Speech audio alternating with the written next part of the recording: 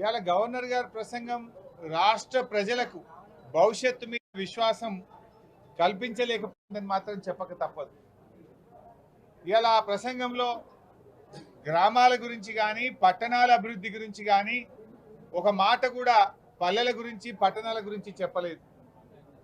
సంక్షేమం గురించి చాలా తక్కువ ప్రస్తావన, అంటే పేద ప్రజల సంక్షేమం గురించి వారు మేనిఫెస్టోలో ఇచ్చిన అంశాల గురించి ఎక్కడ కూడా చెప్పలేదు.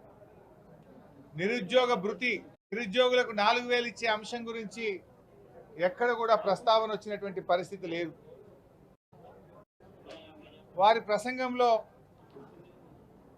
ఇవాళ ప్రజాభవన్గా ప్రగతి భవన్ను మార్చాం అని గొప్పగా చెప్పే ప్రయత్నం చేశారు. ప్రజావాణి కార్యక్రమాన్ని బాగా చేస్తున్నామన్నారు. ఇవాళ ప్రజావాణి తుస్సుమన్నది.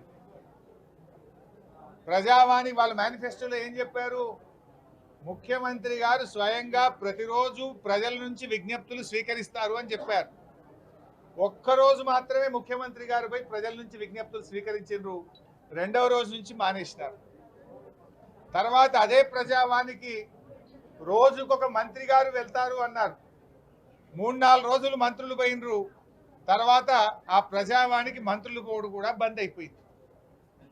తర్వాత ఆ ప్రజావాణిని రోజు కాదు వారంకు 2 రోజులే అన్నారు, మంగళవారం శుక్రవారం. దానికి ఒక ఐఏఎస్ అధికారిని పెడుతున్నామన్నారు.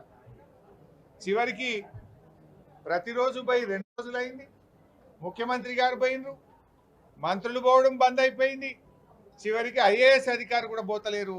ప్రజావాణిలో ఎవరున్నారయ్యా అంటే అవుట్ సోర్సింగ్ ఉద్యోగులు దరఖాస్తులు తీసుకుంటున్నారు.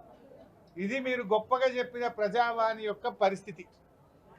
గతంలో మా ప్రభుత్వం ఉన్నప్పుడు జిల్లా కలెక్టర్, జిల్లా అధికారులందరూ కూడా కలెక్టరేట్లో కూర్చొని ప్రజావాణి దరఖాస్తులు తీసుకొని ఎప్పటికప్పుడు పరిష్కరించే పద్ధతి ఉండేది. కానీ మీ ప్రజావాణి ఏడికొచ్చిందంటే అవుట్ సోర్సింగ్ ఉద్యోగులు దరఖాస్తు తీసుకునే కాడికి వచ్చింది. మీరు చెప్పిన ప్రజావాణి గొప్పతనం అక్కడ ఉన్నది. ఇవాళ గవర్నర్ గారి గురించి అర్ధ సత్యాలు చెప్పించేటువంటి ప్రయత్నం చేశారు మీరు.